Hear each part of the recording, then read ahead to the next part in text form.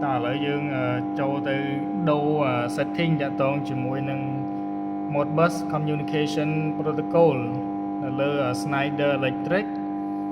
Easy Logic PM 10008 chẳng dương châu mà tập vốn dương change the ro cả lại cho chị nhà print anh quay ní máu cho máu rồi hồn mà rồi bị OMSต่อมาយើងចុចសញ្ញាព្រួយឡើងលើមួយហើយយើងចុច Enter ហើយយើង scroll ចុះក្រោមមករកពាក្យថា Set ហើយយើងចុច Enter ដើម្បីយើងវាយ password login ចូលអញ្ចឹងយើងចុច password មកគឺ password 00ហើយយើងចុចសញ្ញាព្រួយចុះក្រោមមក change វាទៅរកកន្លែងរកកន្លែង address ID យើងចុចសញ្ញាព្រួយចុះក្រោមមករហូតមកនេះគឺ ID 002នេះគឺជាលេខ address អញ្ចឹងកន្លែងនេះបើសិនជាយើងចង់ change យើងចុច enter ហើយយើងចុចសញ្ញាព្រួយចុះក្រោមមកប៉ុន្តែអានេះយើង set ត្រឹមលេខ2ហ្នឹងអញ្ចឹងយើង enter ឡើងវិញមកគឺអូខេអញ្ចឹងបន្ទាប់មកយើង backវាសួរថាយើង save អត់កន្លែងនេះយើង save មក done ម្ដងទៀតបើសិនមកយើងចង់ change ទៅរក boot rate យើងចូលទៅកន្លែងមិញដដែល set ហ្នឹងដាក់ password មក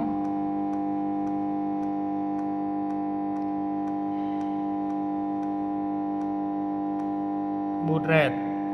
9600 អញ្ចឹងយើង change បានកន្លែងនេះយើងអាចដូរទៅ 19200 38400 4800 តែរបស់ខ្ញុំនៅក្នុង system ខ្ញុំដាក់តែ9600ទេ enter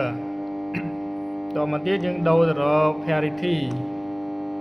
ខ្ញុំដាក់ none អញ្ចឹង none ហើយយើង enter ឡើងវិញមកបើសិនមកយើងចង់ផ្លាស់ប្ដូរយើងដាក់ទៅ even ឬក៏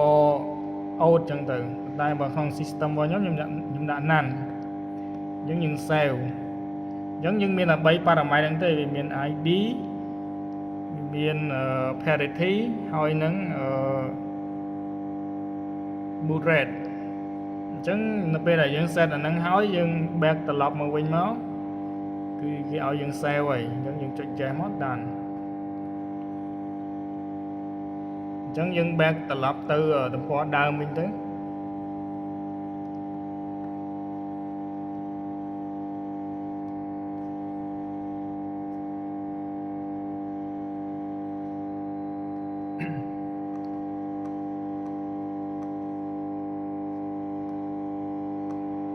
OMS អញ្ចឹងយើង back មកទំព័រដើមមកវិញមកបន្ទាប់មកយើងទៅធ្វើការ setting យើង connect ខ្សែវាដើម្បីរៀបទៅកាន់ software ខ្សែមួយនេះអញ្ចឹងយើងរៀបចេញមកខ្សែមួយនេះយើង add ចូលទៅកាន់ device OF485 module បន្ទាប់មកយើងចូលទៅក្នុង software អាហ្នឹងយើងត្រូវ check នៅលើ device manager យើង check ទៅលើ com ដែលយើង download USB com 11បន្ទាប់មកយើងបើក software mode scan 32នេះដើម្បីធ្វើការ scan អញ្ចឹងយើងចូលទៅកន្លែង connection connect ជ្រើសរើស boot rate 9600 parity none data bit 8 stop bit 2 okay connection fail maybe យើងត្រូវដោះវាមួយផ្សេងសិន